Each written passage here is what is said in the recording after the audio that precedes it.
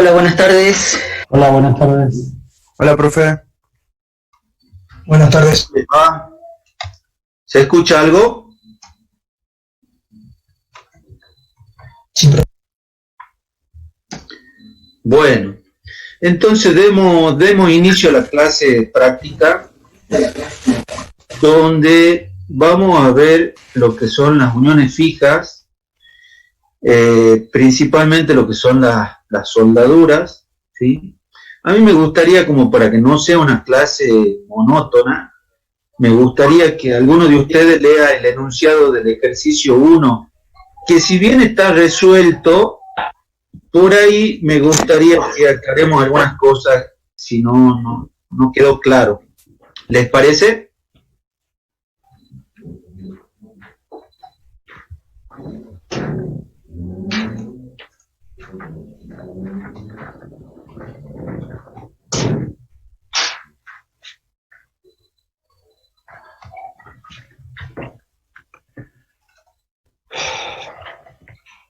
Buenas tardes, buenas tardes. Hola, buenas tardes. Buenas tardes. ¿Sí? ¿Todos tienen a mano el práctico, chicos?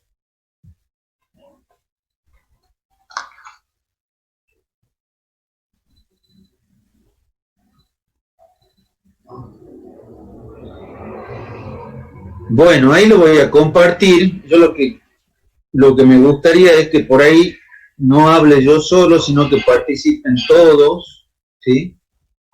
Y el que se anime lo puede leer al enunciado del problema 1.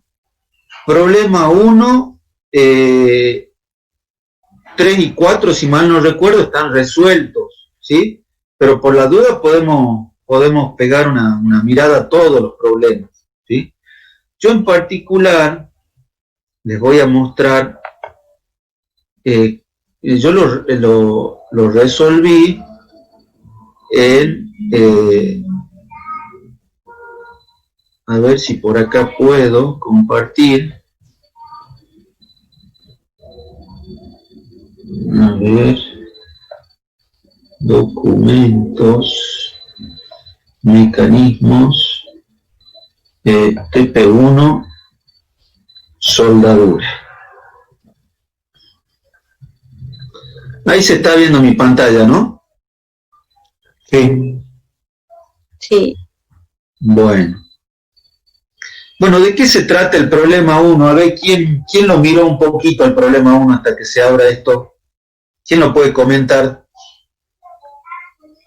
Ahí tienen el enunciado del problema 1.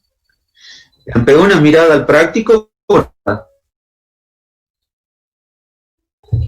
Yo lo leo, profe, si quiere.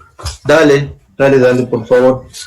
Se sueldan a tope dos chapas, como se muestra en la figura, de espesor E igual a 1 centímetro y de longitud 10 centímetros de ancho. El material es un acero SAE 1025. Se efectúa un control visual con tintas penetrantes. Calcule la carga P estática que puede soportar la unión. Bueno, entonces, gracias. Ahí lo que tienen ustedes dibujado es un esquema de cómo está, digamos, dispuesta la soldadura. Tienen una planchuela, sería esto, ¿sí? Una planchuela, una chapa también podría ser, en donde el espesor de este material es de 1 centímetro, ¿sí? La longitud que tiene, ahí está indicada cuál es la longitud, son 10 centímetros de ancho. Se trata de un acero, su material es un acero 1025. Además, tienen de información adicional en el enunciado que se hizo un control visual con tintas penetrantes. Y lo que nos están pidiendo es que calculemos la carga que podría soportar esta unión o soldadura, ¿sí? Entonces, esta es una vista de frente, una vista lateral, y yo se los voy a plantear en Excel. Ustedes saben, seguramente en informática ya lo vieron al programa, y si no, en fundamento seguramente lo van a usar un poco, y más adelante en otra materia también van a hacer uso del Excel, ¿sí? Entonces yo, como ustedes deben saber ya, lo que tenemos que rescatar del enunciado son los datos, saber a dónde queremos llegar, es decir, qué es lo que necesitamos determinar, cuáles son las incógnitas del problema, y si además necesitamos algún dato adicional, ¿sí? Entonces yo acá no organicé la información de esa manera. Disculpe, Primero, transcribir, sí. no se está viendo el archivo de Excel del TP, se ve en la carpeta nomás. A ver, entonces, volvemos de nuevo. Gracias por avisar. Ustedes tienen que avisar en el acto, ¿sí? Me avisan, no hay problema. ¿Ahí la ven? Sí, profe. Sí, ahí sí se ve, Ahí profe. sí. Bueno, gracias por avisar. Vamos de nuevo. Entonces les decía que en el Excel yo lo que hice es volcar los datos del enunciado, ¿sí? Y ustedes saben que en cada celda nosotros podemos escribir un texto o un número, ¿sí? En este caso, el largo, 10 centímetros, ¿sí? Las unidades correspondientes, el espesor lo mismo. El A0, eso nos va a permitir obtener un dato adicional, ya lo vemos un poquito más abajo.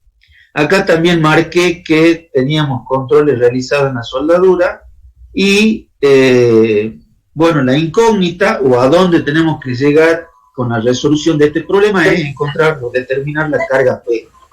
¿Me siguen hasta ahí? Sí, profe. Sí, profe. Sí, profe. Bueno, entonces pasemos a la resolución. Así como algoritmo o metodología de cálculo, lo que deberíamos hacer primero es determinar la tensión admisible del material, ¿sí? Para eso vamos a considerar que esta carga es una carga o una fuerza estática. ¿Por qué hacemos esto?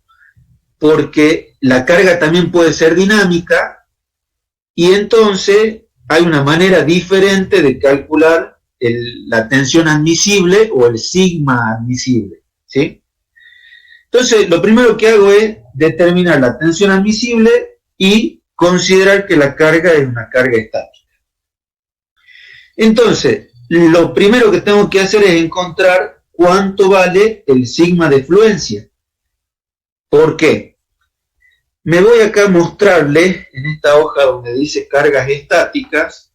Yo estoy considerando que es una carga estática. ¿Se ve ahí la hoja? Sí, sí, profe. Bueno, ustedes ven ahí de qué manera se calcula el sigma admisible o la tensión admisible.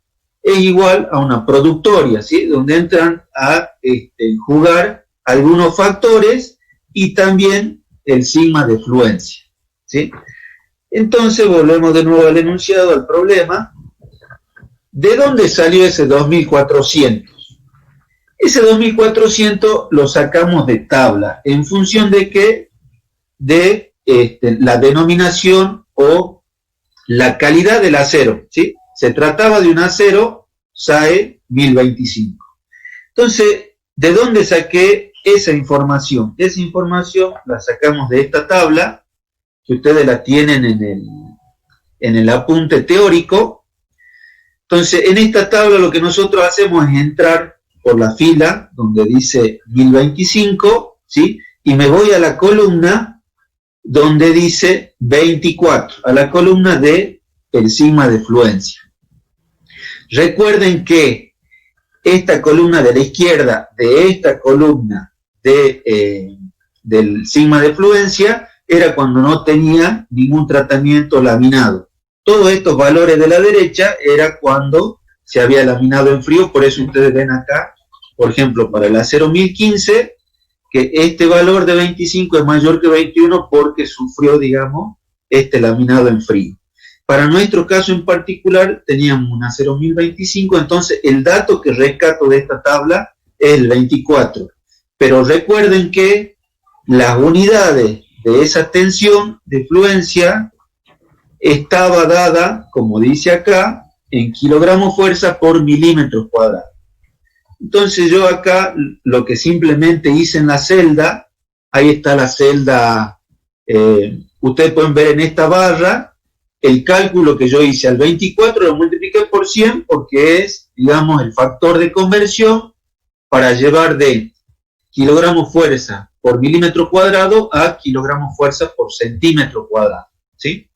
Eso también está acotadito ahí para que lo tengan en cuenta.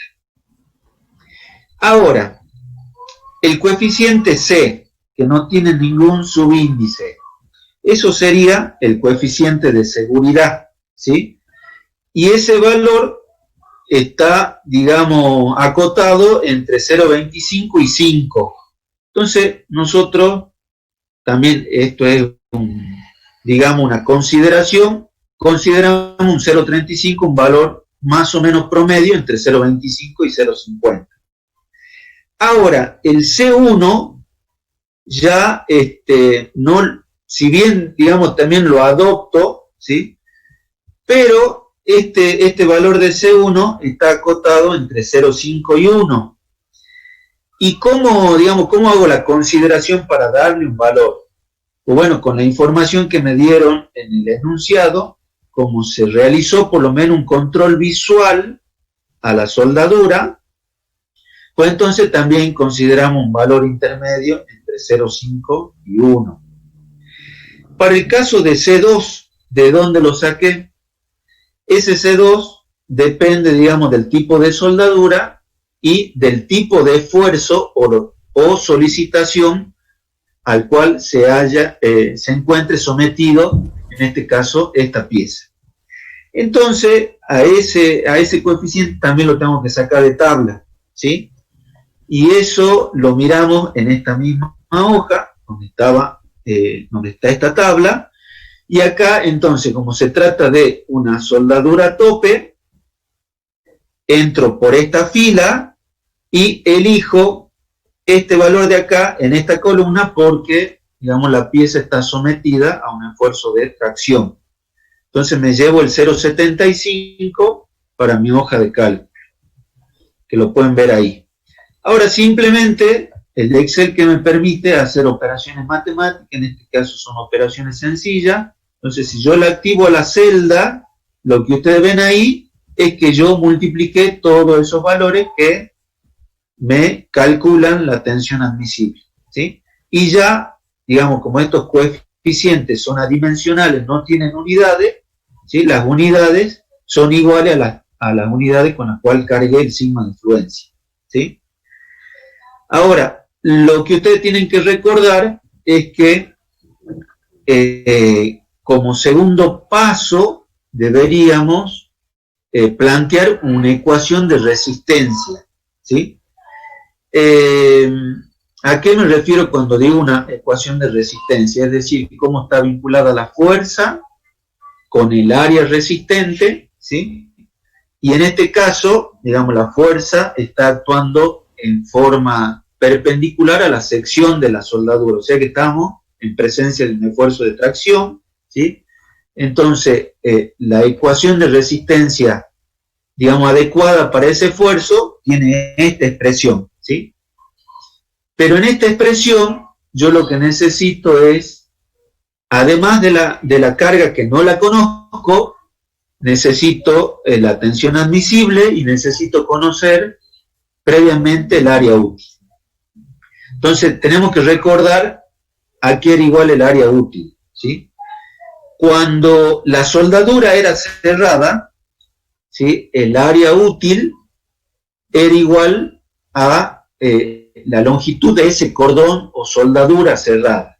Pero cuando la soldadura era abierta, esa longitud útil de la soldadura era igual a la longitud propia de la soldadura menos 2 veces el espesor.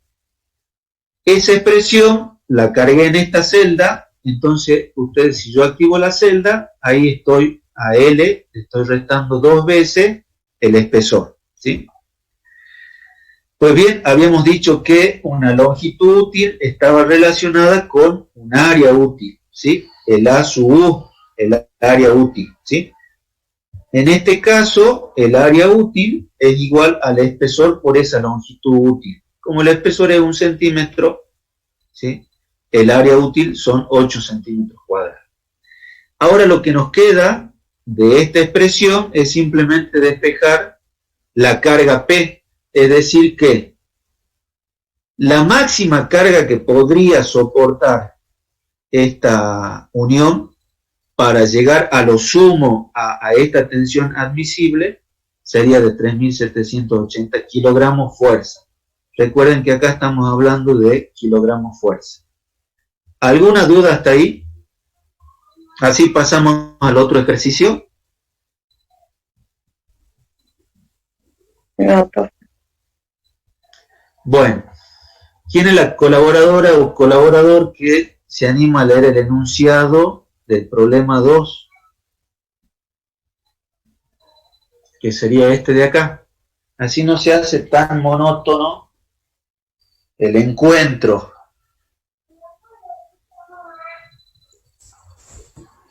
Ahí se ¿Para veo, tener profe. problema? Sí, el problema 2. No lo tienen resuelto a este, así que lo miremos un poquito con más detalle. Se sueldan dos chapas, como indica la figura, y la unión es sometida a carga excéntrica. El espesor de la chapa E es igual a 0,7 centímetros, el material es acero SAE 1035. Se realizaron todos los controles a la soldadura, la carga P es igual a 1000 kilogramos, la longitud X1 igual a 2 centímetros y X2 4 centímetros.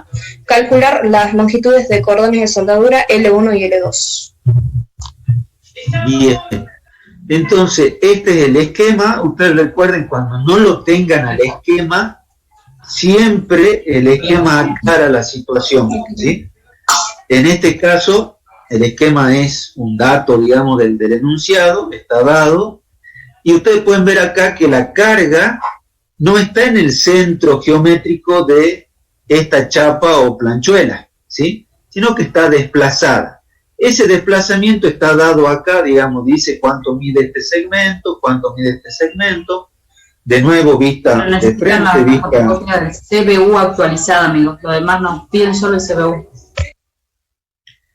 A ver, les pido por favor que encierren los micrófonos, ¿sí?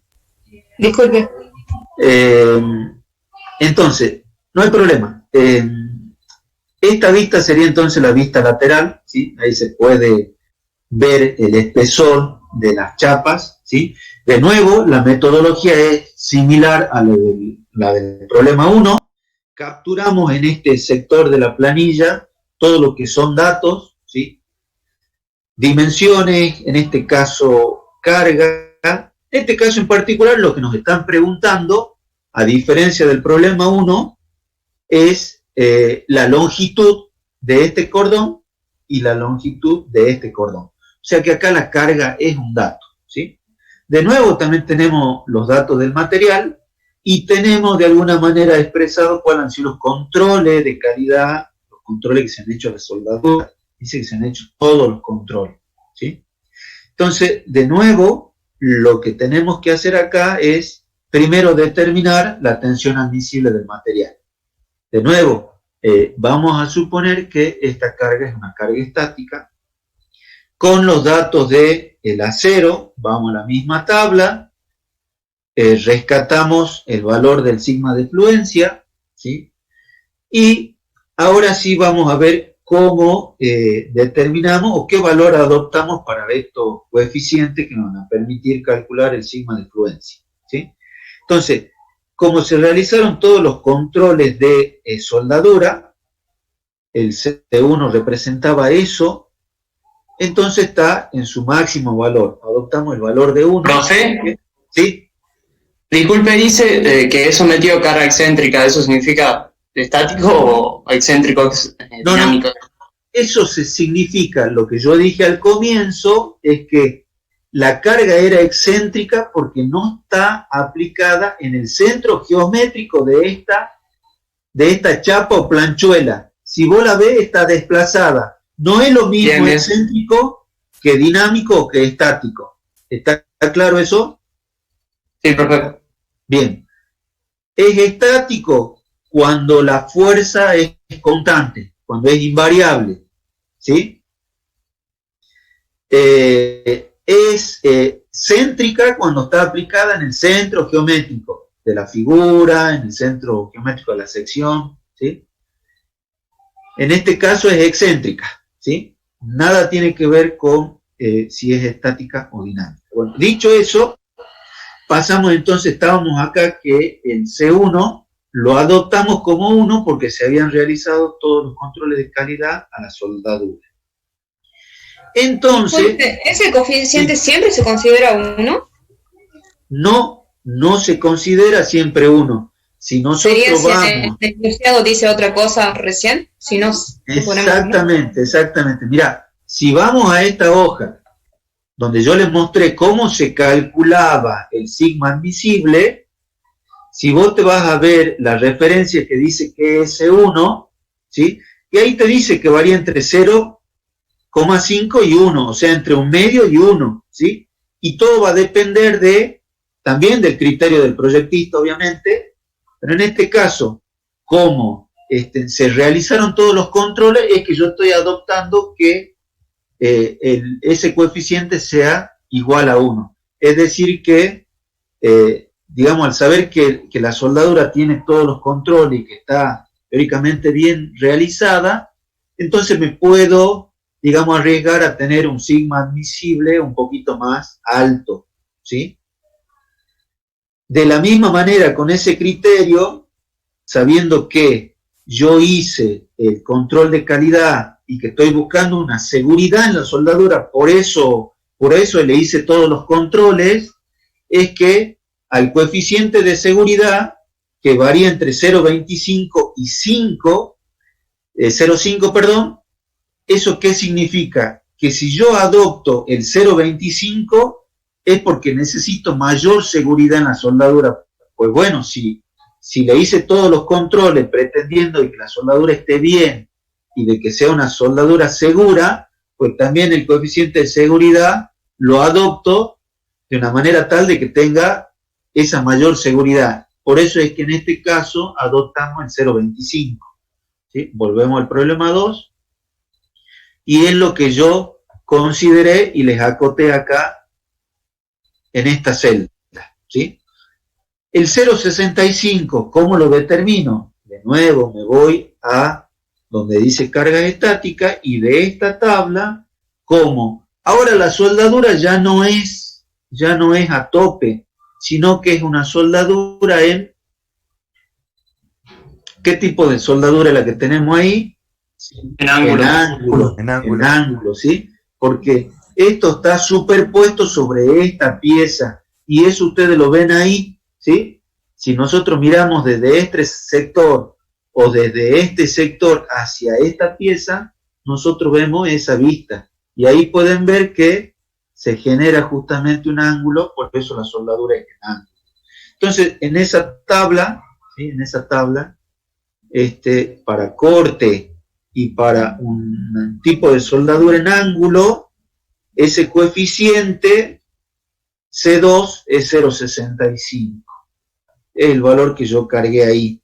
De nuevo, el sigma admisible es la productoria de estos valores. Ahí le activo la celda para que vean el cálculo, ¿sí? Y ahora, ¿cuál sería la solicitación o el esfuerzo a la que está sometida esta unión?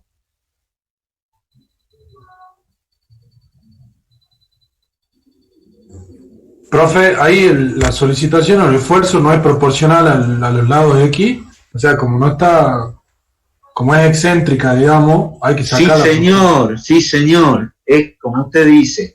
Lo que yo le estoy preguntando ahora es cuál es el esfuerzo al que va a estar sometido la soldadura. De corte. De corte. Entonces lo que ustedes tienen que recordar es que al tau admisible, como también lo mencionó el profesor en la teoría, lo íbamos a considerar como que la tensión de corte admisible, el tau, va a ser igual a 0,5 de el sigma admisible, ¿sí? Entonces acá simplemente el cálculo es el medio por la tensión admisible, ¿sí? Pues ahora, como dijo ahí uno de sus compañeros, al ser una carga excéntrica, seguramente este cordón va a estar soportando más esta carga que esta de acá, ¿sí? Entonces, para determinar la fuerza que están actuando en cada uno de los cordones, lo que ustedes tienen que hacer es lo que yo les mencioné ahí en esa celda. Lo pueden leer acá en la barra o acá en la celda. Lo que tienen que hacer es plantear las ecuaciones de la estática, es decir, sumatoria de fuerza en X igual a 0, sumatoria de fuerza igual a Y igual a 0, y sumatoria de momento. El momento lo pueden calcular respecto a este punto o a este punto de acá, como ustedes prefieran. Resolviendo eso, ustedes van a llegar a que yo a la fuerza que va a estar, digamos, soportando esta carga sobre este cordón, yo le llamé R1, ¿sí? Y eso me da ese valor de fuerza en R1. En R2 me da ese valor que tienen indicado ahí, y lo que ahora hacemos es plantear la ecuación de resistencia para cada cordón. Como es un esfuerzo de corte, me parece que me estoy excediendo en la explicación. ¿Cómo vamos hasta ahí, profe? Bien, muy bien. Vamos medio lerdo, me parece, ¿no? Porque me faltan 10 minutitos y se me termina se me termina el Zoom. ¿Armaremos otro? Claro. Yo si vos te animás a armar, arma uno con la misma ID y el mismo código. Que, digamos, soportaría, y a los 5 minutos se arma uno así rápidamente y se vuelve con la misma ID y con el mismo código. No sabía que se puede hacer eso. ¿Vos lo podés ir armando? Bueno, sí. Y si querés se lo pasás por el chat a los chicos, así se vuelven a enganchar. Ahí el toque. Bueno, entonces... el link, profe. Bueno, ustedes Bueno, ustedes lo manejan. En definitiva, cuando se corta entramos uno nuevo, ¿sí? Entonces planteamos la ecuación de resistencia para cada cordón, ¿sí? Como de cada expresión lo que no estamos conociendo es el área útil, ¿sí? En definitiva, terminamos encontrando el área útil, después recordamos que el área útil para este caso que el cordón o la soldadura está realizada en ángulo, el área útil se calcula con esta expresión, ¿sí? Con esta expresión.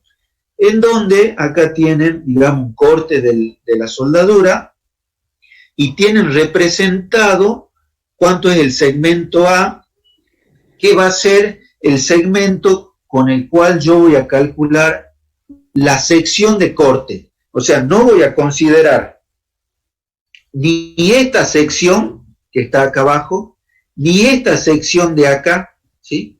Estoy en una situación conservadora. Es decir, voy a considerar esta sección, este segmento, que es el lado de la sección que estaría trabajando el corte. O sea, la sección acá yo la estoy mirando de frente, pero el área útil estaría saliendo, digamos, hacia el plano de la pantalla, ¿sí? Es un rectángulo, el área útil es un rectángulo, donde A es raíz cuadrada de 2 sobre 2 por E, ¿sí? Eso salió de, digamos, de considerar el coseno de 45 como que es igual al cateto adyacente sobre la hipotenusa, entonces ahí despejé, y A, entonces, representa eso que tenemos por ahí. La sección útil, entonces, es un rectángulo que tiene por lado A, pero A es raíz de 2 sobre 2 por E, y la longitud útil, que ya sabemos qué es lo que representa cuando la soldadura está abierta o cerrada, ¿sí? En este caso, es una soldadura abierta, por lo tanto, la expresión de L longitud útil, recuerden, es L menos 2 veces el espesor. Entonces, para cada cordón, lo que hago es encontrar el área útil. Conociendo el área útil y sabiendo que se la calcula de esta manera, despejo y encuentro la longitud útil. Sabiendo cuánto vale la longitud útil, ahora con esta expresión despejo y encuentro la longitud real de la soldadura para el cordón 1 y el cordón 2. Esto era lo que me pedía el problema, ¿sí? Determinar L1 y L2. ¿Se entendió hasta ahí? Profe, ¿cuándo me doy cuenta si es una soldadura abierta? Cuando vos, suponete, en la teoría tenían un caño, ¿sí? Si el caño estaba soldado a la vuelta, ¿sí? Pues entonces la longitud útil era igual a la longitud, digamos, del perímetro de la soldadura o de la sección esa rectangular del caño, ¿sí? En el caso de que yo no complete todo el perímetro, era el ejemplo que tenían en la teoría, pues entonces se trata de una longitud abierta, digamos, no arranqué, yo arranqué la soldadura en un punto con un electrodo, digamos, una soldadura eléctrica, y no volví de nuevo al mismo punto, ¿sí? Sino que terminé en un punto intermedio. ¿Está bien? En este caso, profe, yo estoy arrancando acá y estoy terminando, no estoy dando la vuelta por ningún lado. ¿Está bien? Sí, profe, ahí entendí. ¿Alguna otra consulta acá?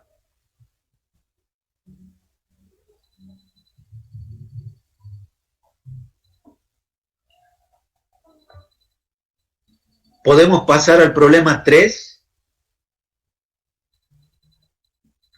Bueno, en el problema 3 ustedes van a tener que recordar algunos conceptos que deben haber visto en estática y resistencia de los materiales, ¿verdad?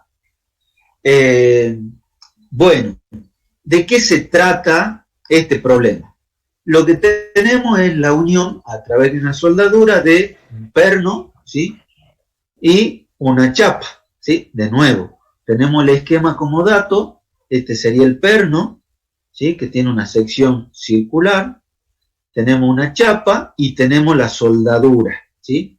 ¿Cómo sería la soldadura en esta unión? ¿Sería abierta o cerrada? Cerrada. Bien. Entonces, lo que tenemos acá es que encontrar cuál es el momento torsor máximo que podríamos aplicar sobre este perno, ¿sí? Entonces, lo que tenemos que considerar acá es que la tensión, digamos, sometida a momento torsor, se calcula como el momento torsor sobre el módulo resistente, ¿sí? ¿Se acuerdan de eso? Y esa tensión generada por ese momento y calculada de esta manera debería ser menor a la tensión admisible, ¿sí? Bueno, entonces, ¿qué es lo que tenemos que salir a buscar, a determinar? En este caso es cuánto vale el momento torsor, ¿sí? Pues entonces, acá tenemos de dato, de nuevo, en este caso en particular, tenemos ya la tensión admisible como dato, tenemos las dimensiones del perno y tenemos también la altura de uno de los lados de la soldadura, ¿sí? Entonces, recuerden que el módulo resistente, ¿cómo se calculaba? ¿A qué era igual, matemáticamente hablando?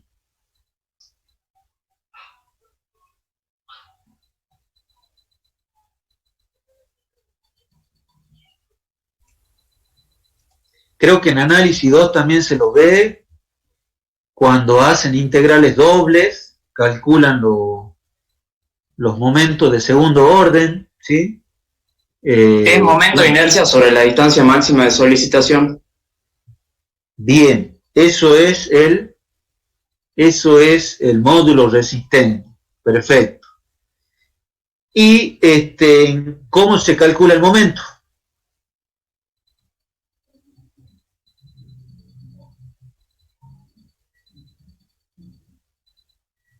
De un integral doble, digamos. Bien. Se puede hacer con diferencial de área o integrando doble con distancia X y Y. Bueno, eso lo tienen perfectamente explicado ahí en el PDF que le subió el profe de este práctico, ¿sí? Simplemente que por ahí nosotros, por lo menos cuando yo cursé análisis 2, cuando hablábamos de geometría en el plano usábamos R, DR y DFI, ¿sí? Pero en definitiva es lo mismo y está explicado ahí en el PDF que les dio el profesor. Otra manera es que puedan encontrar este valor de tabla para la geometría, esta que tienen acá, en este caso en particular. Entonces, de tabla lo que podemos hacer es sacar, de tabla de la integral sacan el valor del momento.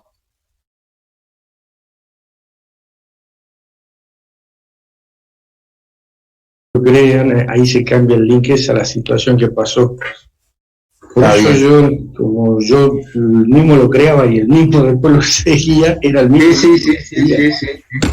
Bueno, para la próxima esos detalles los vamos a ir puliendo. Claro. En todo caso ya pasamos 2 o 3 direcciones por duda. Si la usamos y si no también. No importa. ¿Ah? Claro, pues sí. Bueno, ahí estamos. Era y 45 que largaba la otra. 45 largaba, sí. Bueno, vamos largando, yo lo voy compartiendo. No, bueno, pero no le puse eso, igual hay que largar nomás. Bueno, entonces, a ver, voy a compartir. Vos me tenés que pasar me tenés que dejar compartir, Javier, ingeniero. Sí, cierto. Por eso que vos decís que lo creaste vos. Era que... Creo que ahí donde dice compartir, ahí... Sí, pero compartiría... tenés que permitirme, digamos, que otro comparta. Ahí donde dice compartir en pantalla, ahí creo que te da la opción de que me deja a mí el... Sí, pero ahí estoy compartiendo la misma pantalla, pero la configuración de... Claro, es que esto estaba bien en el Google Meet, tiene esa función bien, Ahí vos mirá la pantalla del Zoom, donde dice compartir pantalla, ahí hace un clic y te despliega. Estoy compartiendo, no sé si me la están viendo. Sí, pero lo que vos tenés que hacer es permitir que otro pueda compartir la pantalla. Claro, pero acá no le encuentro la compartir.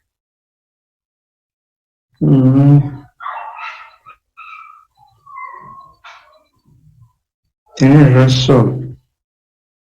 Claro, esto en el Google Meet que estaba practicando recién está bastante bien indicado, donde uno lo indica a la persona y ahí cualquier persona de ella indica puede compartir. A ver si así haciéndolo. Que no me da la opción. No. Bueno, si no, la seguimos de acá o hacemos otro Zoom, que ya lo crea vos, o directamente lo seguimos de acá, lo que estaban haciendo.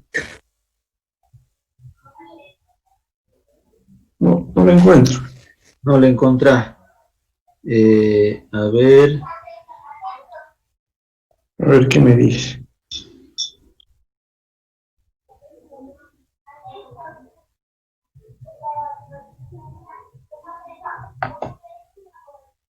Me la están viendo ahí en la pantalla, ¿no? Sí, sí, sí.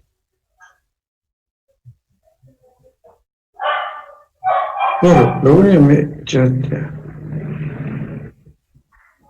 O a menos que en la configuración de la reunión. A ver.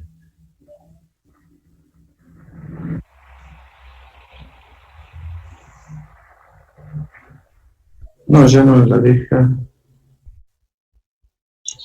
Profe, disculpe. Sí. Para que otra persona comparta la pantalla, primero usted tiene que dejar de compartir. En el Zoom le va a aparecer una parte de arriba que dice dejar de compartir. Ahora, en la pantalla le va a aparecer como un botón verde que dice compartir y a la derecha le tiene que aparecer una flecha. Toque la flecha. ¿En la derecha? A la derecha del botón compartir le va a aparecer una flecha y ahí da la opción de poder de que otras personas puedan compartir.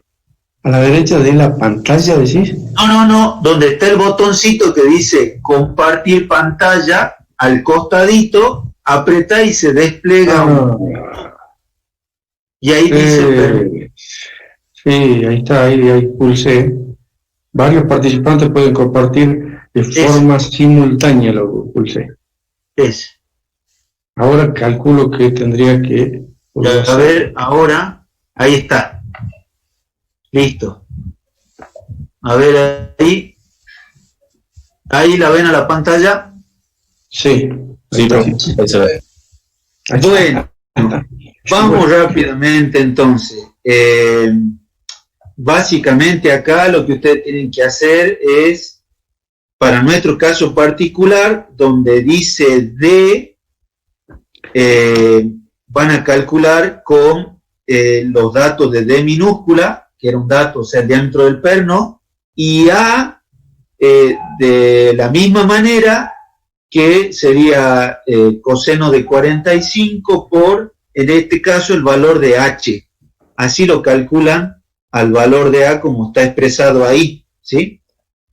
Entonces reemplazan esos valores y lo que llegan a determinar acá es que el módulo resistente tiene ese valor. Entonces, despejando en esta expresión, simplemente llegan al momento torsor. Otra manera de hacer el cálculo es considerar, digamos, que está directamente al corte, trabajando al corte. Y en ese caso en particular, el área que está trabajando a corte sería pi por D, ¿sí? Pi por D por A. De nuevo, esa área es un rectángulo que tendría el largo, sería pi por D, ese sería el perímetro de la soldadura. ¿Y cuánto considero el otro lado de esa área de corte? Pues de nuevo es A, ¿sí? Entonces, calculando cómo, si esto estaría trabajando al corte, ustedes van a llegar a determinar este momento torsor que tienen ahí, que ven que es bastante parecido al que habíamos determinado por este otro camino, ¿sí? Este ejercicio lo tienen resuelto en el PDF. Yo les diría que pasemos al 4. El 4 creo que también lo tienen resuelto, y planteemos las diferencias que hay entre el problema 4 y el problema 5 para ver cuáles son esas diferencias de cálculo. Bueno, en el problema 4 lo que ustedes tienen es un recipiente de pared delgada, ¿sí? Entonces, ¿qué nos dice el problema 4? Dice, para la construcción del tanque de aire comprimido de la figura, se utilizó chapas de acero 1020, donde el diámetro del tanque en su parte central es 1 metro. Además, nos dicen que se realizaron todos los controles de soldadura, de que el tanque está trabajando a una presión de 7 kilogramos fuerza por centímetros cuadrados, y lo que nos piden en este enunciado es que determinemos el espesor de las soldaduras, tanto longitudinal como transversal, considerando dos situaciones: cuando la presión sea constante y cuando la presión sea variable, ¿sí? Entonces, de nuevo, tenemos un esquema de lo que sería el tanque, ¿sí?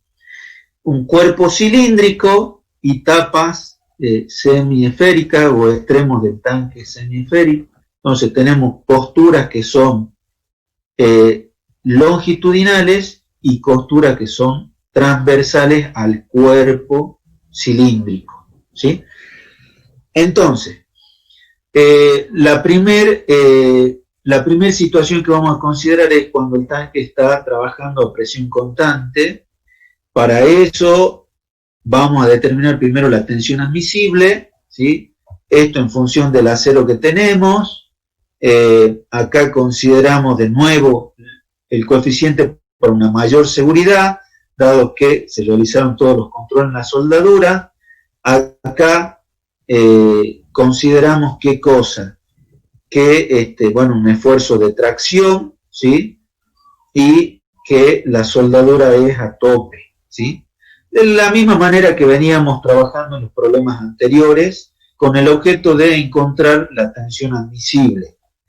Si ustedes recuerdan un poco la teoría de ese desarrollo teórico de fuerza y de tensiones que estaban a la que estaban siendo solicitadas ese material, van a ver que en la dirección longitudinal, ¿sí?, el espesor tenía esta expresión, que era igual a que a la presión por el diámetro interno, ¿sí?, dividido 2 veces el sigma admisible. Todo eso había salido de justamente tomar una sección de ese cuerpo, ¿sí? Partíamos el cuerpo cilíndrico en 2, bueno, la fuerza total era igual a la presión interna del tanque por el área proyectada. El área proyectada era igual al diámetro interno por la longitud.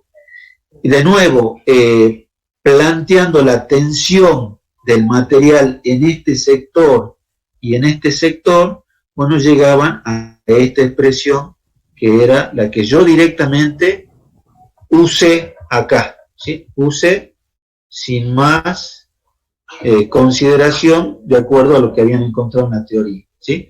Entonces, haciendo ese cálculo, el espesor me da 0,8 centímetros, es decir, por debajo de 1 centímetro. Ese mismo, digamos, desarrollo teórico también nos permite encontrar el espesor transversal, ¿sí? El espesor transversal, o sea, el espesor de esta cara, ¿sí? Eso es, si ustedes ven estas dos relaciones, el espesor transversal es la mitad de este espesor que tienen acá, ¿sí? Por eso aparece el 4 en vez del 2 acá. Entonces, eso ustedes lo corroboran acá. Justamente yo acá reemplacé, hice los cálculos y pueden ver que el espesor transversal es la mitad del espesor longitudinal. Todo eso para cuando la situación era a presión constante y como segunda situación cuando la presión era variable. El mismo procedimiento, simplemente que la diferencia está en el cálculo de la tensión admisible, que obviamente si ustedes miran este valor referido a se pueden observar que la tensión es mucho menor, debido a que justamente estamos considerando una presión variable y digamos acá se genera eso que se conoce como fatiga, entonces por lo tanto el sigma admisible es mucho menor para cuando la presión es variable. De la misma manera operan, ¿sí?, y llegan a la conclusión de que los espesores determinados cuando la presión es variable son mayores a los determinados cuando se consideró que la presión es constante. A este problema también lo tienen en el PDF. Pasemos al ejercicio 5 antes de que se nos termine el encuentro. Y, a ver, yo les voy a leer el enunciado. ¿De qué se trata el problema? Se trata de calcular de nuevo los espesores de soldadura o de chapa, que es lo mismo, en los puntos o en el punto donde, digamos, la presión sea mayor o en el punto más crítico de este equipo, ¿sí? Entonces lo que ustedes tienen acá es lo que realmente pasa en la realidad. Nosotros no tenemos una chapa de dimensiones infinitas. Siempre las chapas con las que conformamos los tanques, por lo general, podría llegar a ser de acuerdo al espesor, por supuesto, un ancho determinado y un largo determinado. Entonces, cuando uno va a hacer un tanque, por lo general queda así el tanque, ¿sí? Esto podría ser el ancho de una chapa, tranquilamente, ¿sí? Entonces, lo que tenemos que determinar es, primero, cuál es el punto más crítico, ¿sí?, de este tanque conformado a través de chapa y soldadura, y después el procedimiento es similar.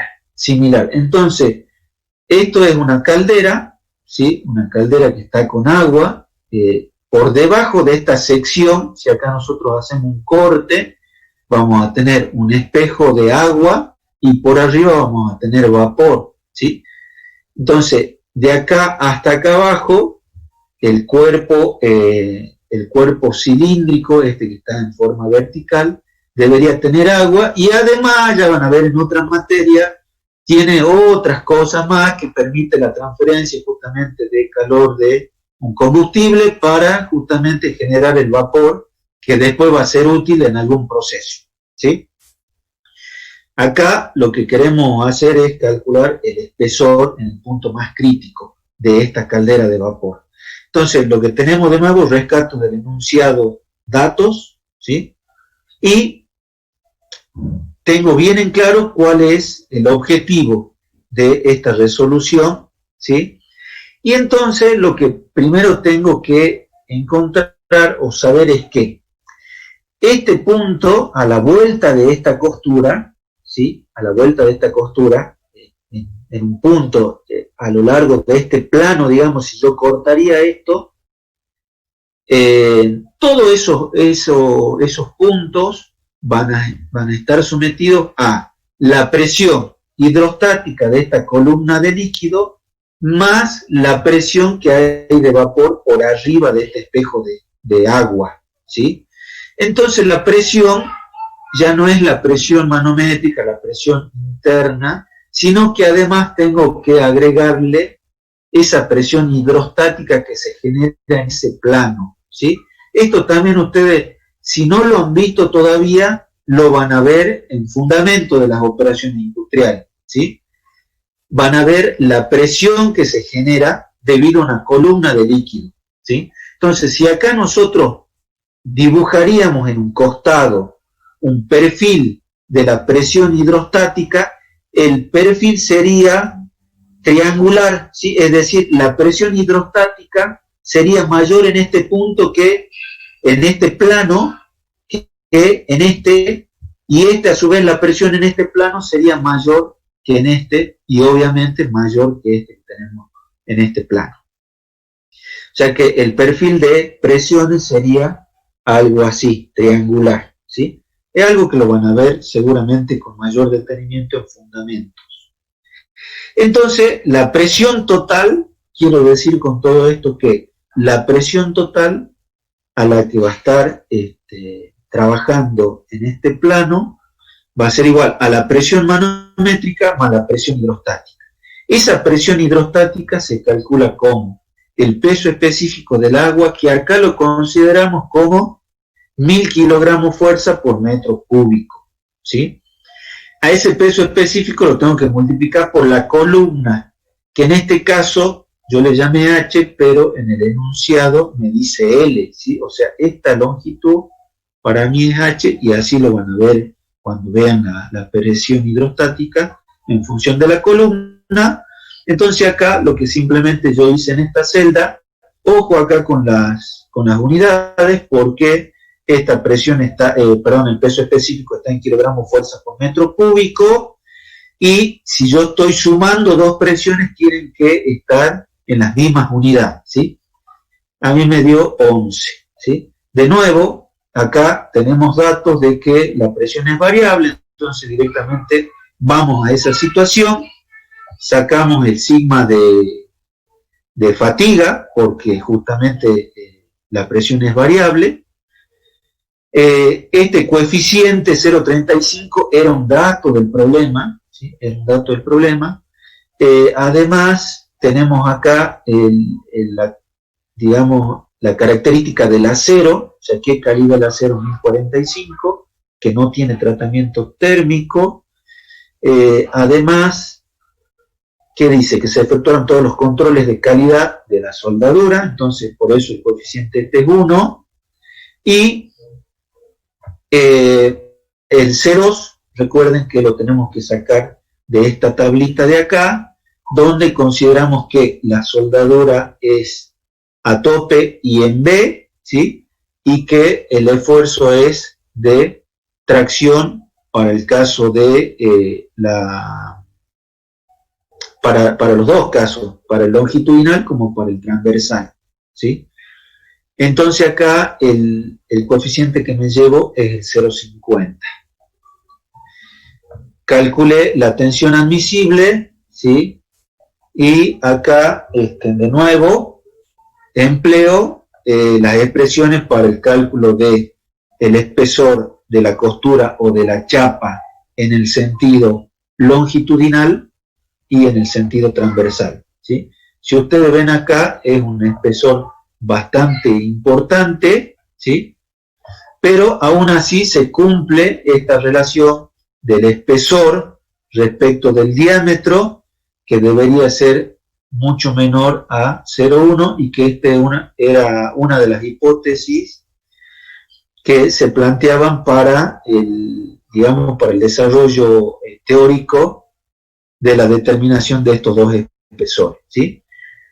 Una pregunta: ¿cuántas pulgadas deberían ser estos 4 centímetros? Porque uno la chapa por ahí, va y la compra, la venden como al espesor en pulgadas, ¿no? ¿Cuántas pulgadas más o menos deberían ser? ¿2 pulgadas? ¿O algo menos que 2 pulgadas? 1,5. Más o menos, ¿no es cierto? 1,5 y te quedas corto, ¿no es cierto? ¿Cuánto es una pulgada? Son 25,4 milímetros, ¿no es cierto? Esto en milímetros, ¿cuánto me da? Una pulgada de 3/4. Esto, si yo multiplico por 10, esto me da en milímetros, ¿sí? Esto sería una pulgada.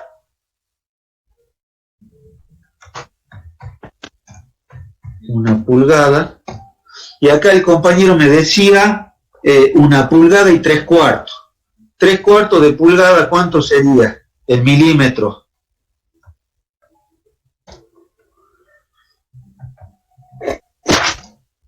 ¿Cuánto sería? Más o menos.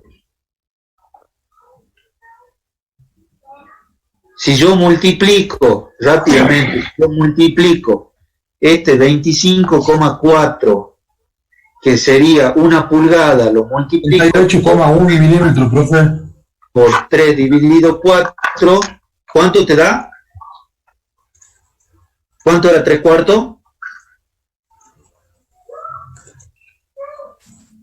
3/4. Si yo sumo a 1 pulgada, le sumo 3/4, eso me da esto que tenemos ahí, ¿sí?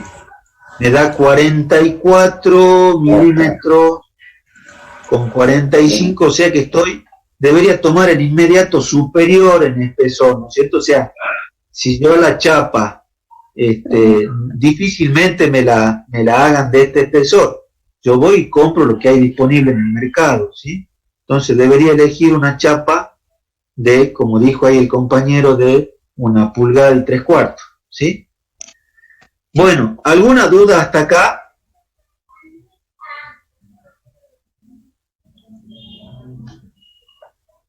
¿Cómo vamos con el tiempo? Yo creo que no lo puedo ver de acá. A ver, dejo de compartir.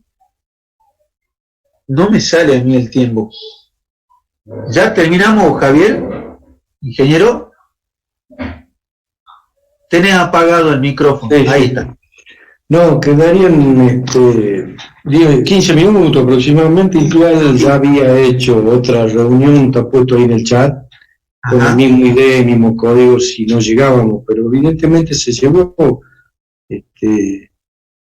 no sé si por ahí tenemos un tiempito que ellos puedan preguntar por alguna duda.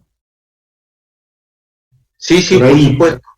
Yo lo que vi un poco que con los coeficientes, si nosotros cuando vamos a tomar alguna evaluación, esos coeficientes que se toman con esta soldadura, o bien lo vamos a indicar explícitamente diciendo el valor como el último problema en donde está esa caldera, y ahí me está diciendo que quedan 10 minutos, ¿no? Ahí sí apareció, ahí me apareció también.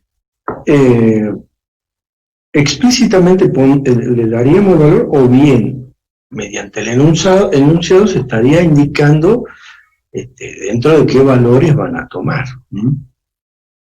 Es decir, máxima seguridad, mínima seguridad, todos los controles, no se hizo un control. Entonces de ahí uno tiene que decir entre qué valores puede llegar a tomar. Esto le estoy hablando de una evaluación.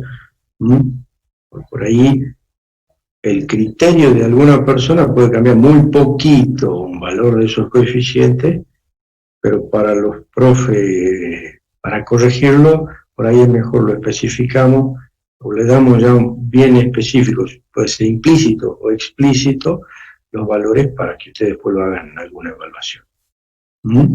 Eso era lo que más que nada les quería comentar. Buenísimo, buenísimo. ¿Alguien tiene alguna consulta, alguna duda, algo que por ahí no haya quedado claro?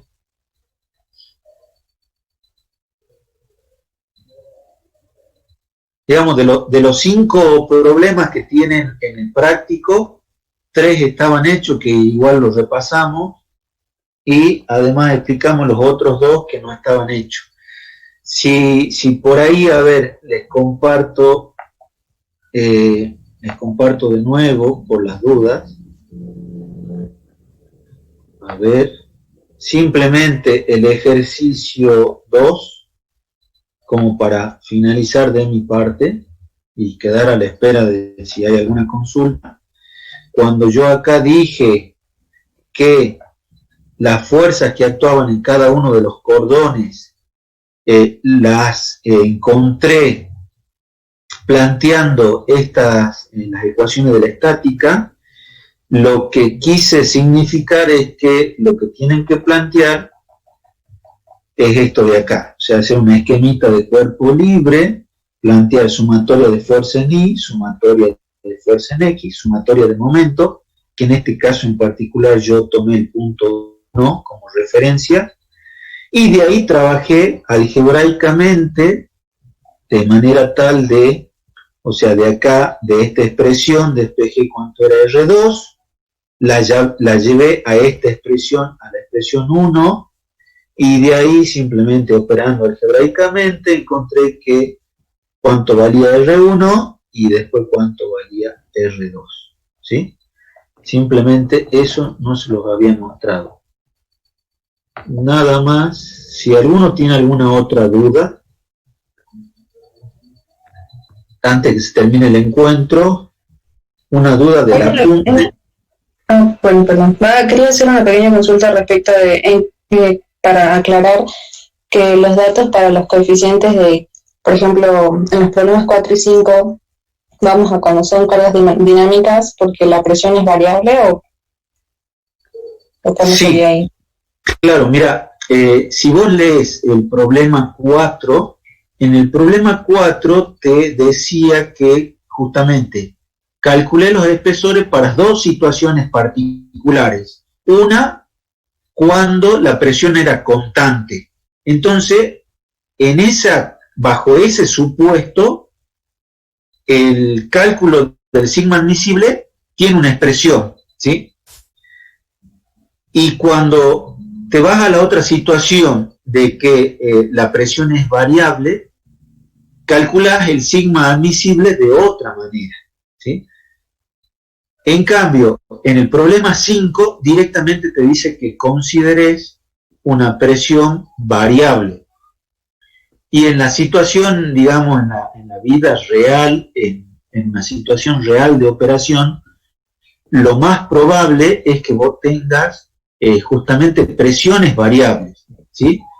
Por ejemplo, el tanque simplemente acumula, es algo que seguramente en termodinámica también lo vieron, el tanque simplemente acumula aire, ¿sí? Y obviamente va generando presión sobre las paredes del tanque. Pero, digamos, llega un momento donde hay un dispositivo de corte que hace que el motor eléctrico pare, que, digamos, los cilindros que justamente llenan de aire ese tanque, en algún momento se corta porque llegó a determinada presión. Pero a medida que yo voy usando el aire de ese tanque, pues de nuevo la presión cae y de nuevo hay un dispositivo que hace que el motor vuelva a arrancar y vuelva a llenar el tanque de aire. O sea que en una situación normal, el tanque de aire siempre está, digamos, o en carga o en descarga, o también puede estar en las dos situaciones. Mientras yo lo voy cargando, estoy usándolo, ¿sí? Lo mismo si ustedes por ahí prestan un poquito de atención, por ahí me estoy yendo del tema, pero usted córteme, ingeniero. Ustedes se han subido al colectivo. El colectivo trabaja por lo general con... A ver, hay una consulta, si no nos vamos del tema. A ver, dice... consulta de otro tema, ¿no? Consulta teórica. Sí. Ok. Bien. Bueno, no sé si querés emplear no sé si quedó respondida la consulta. Empecemos por ahí. Sí. La consulta que es verbal. Ok. ¿Alguien más tiene una consulta referida a la parte práctica?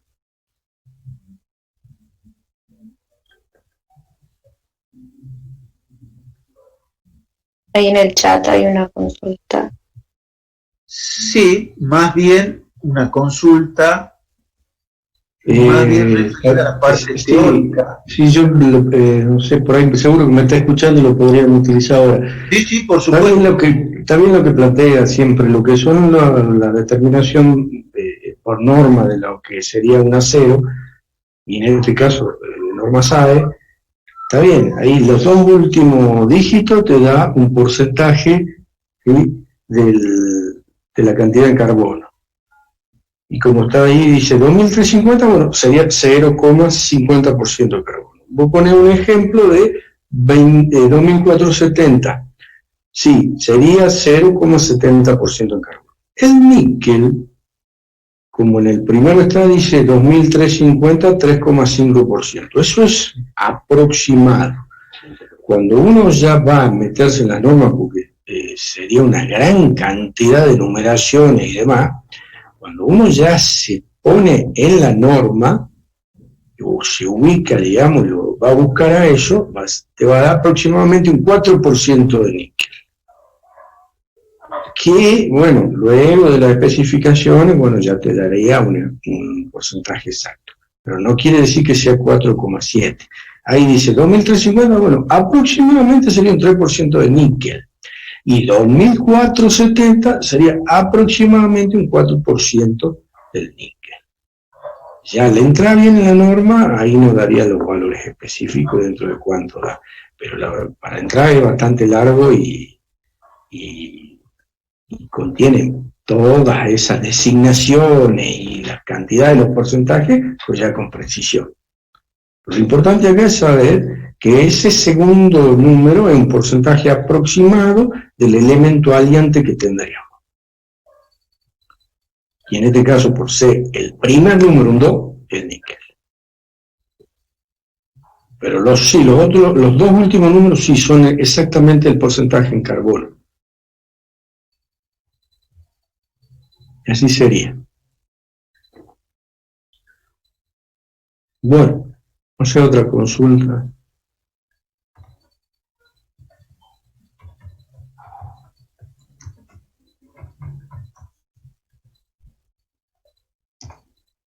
A ver, Matías Cardoso, que escribió la consulta, ¿quedó respondida? Sí, puso ahí que quedó respondida, sí. Sí, ok. Perfecto. Listo. ¿Alguien más tiene alguna otra duda? Bueno, después ya nos vamos a ir acomodando con el que queda un solo minuto. Después ya nos vamos a ir acomodando con los tiempos para ver cómo vamos haciendo con las clases y demás. Listo. Listo. Bueno, de mi parte los saludo a todos y bueno, gracias por el silencio, ¿sí? Gracias, hasta luego. Chao, gracias, hasta luego. Chao, profe. Hasta luego, profe.